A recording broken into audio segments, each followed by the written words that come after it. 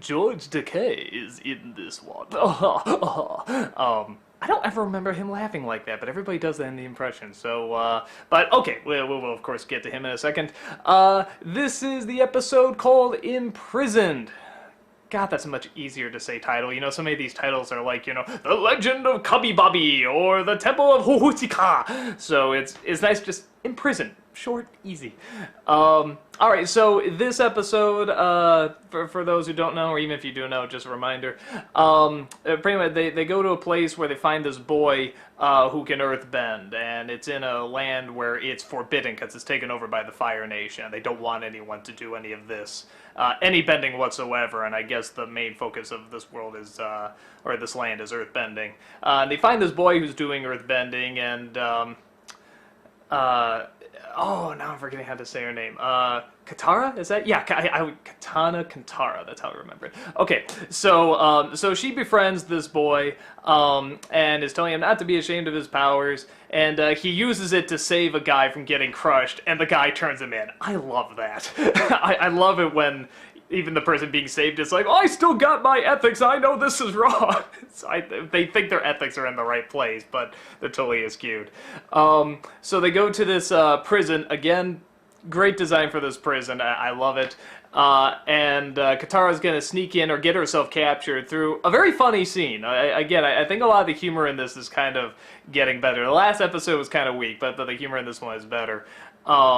And she gets herself tossed in and tries to save him, but on top of that, save his father and encourage the people to fight back, because all the prisoners in this world are pretty much like just beaten. They're waiting for, you know, either something to happen or just death take them.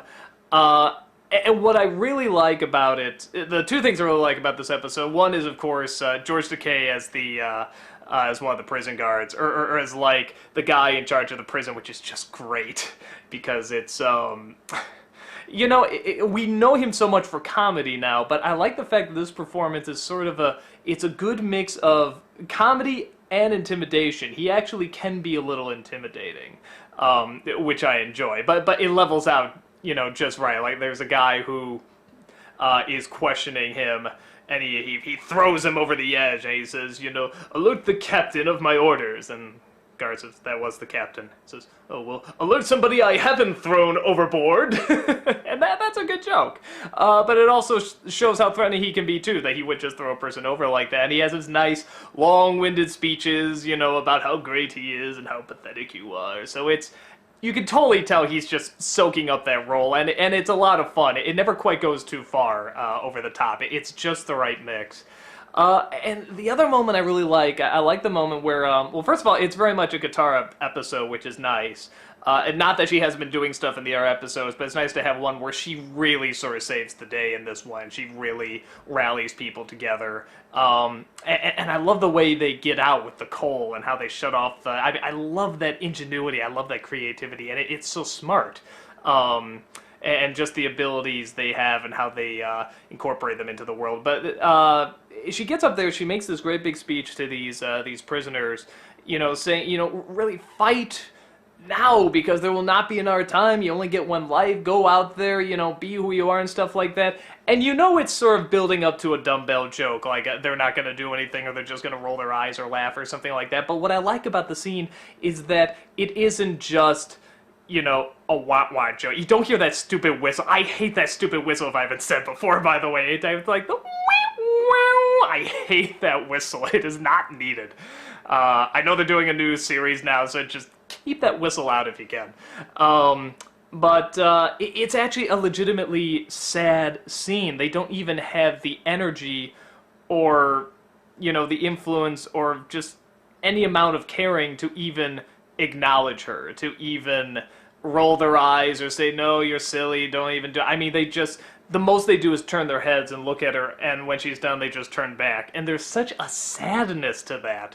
And not just for her being rejected, but for these people, because it's just so been beaten out of them. And it happens twice, too, which I like. You know, and then finally when, you know, one does fight back and then another fights back and so on and so forth, you know, it makes sense because, you know, it's the boy who fights back. and then the father, and then you see them rally behind those two, because they know those two and like those two, or at least know the father, and obviously the son now.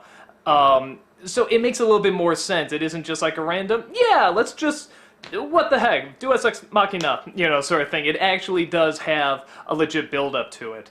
So I really enjoy that. Again, this is a really good, it's another really good, strong episode.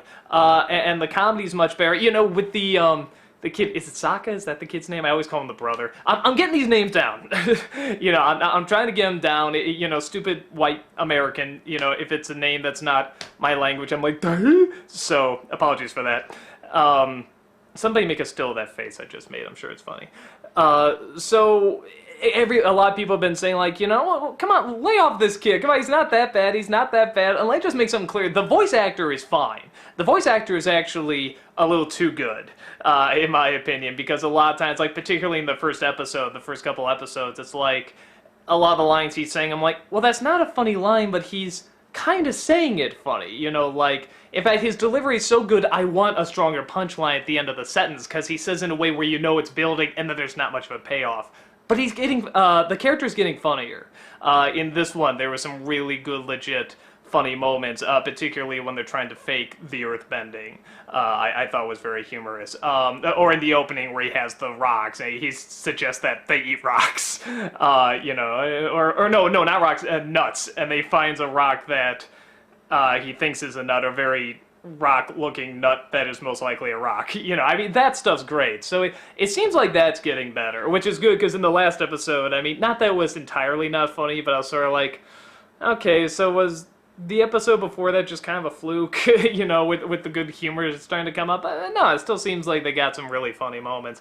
I see a lot of people, like, saying, oh, wait till you see the cabbage guy. I'm like, cabbage guy? And then I realized it must have been the episode before, this guy just shouting, my cabbage! And I don't know if he comes back, but I thought the foaming mouth guy was funnier. I love the fact the show has, you know, memes are cabbage guy and foaming mouth guy. I think that's hilarious.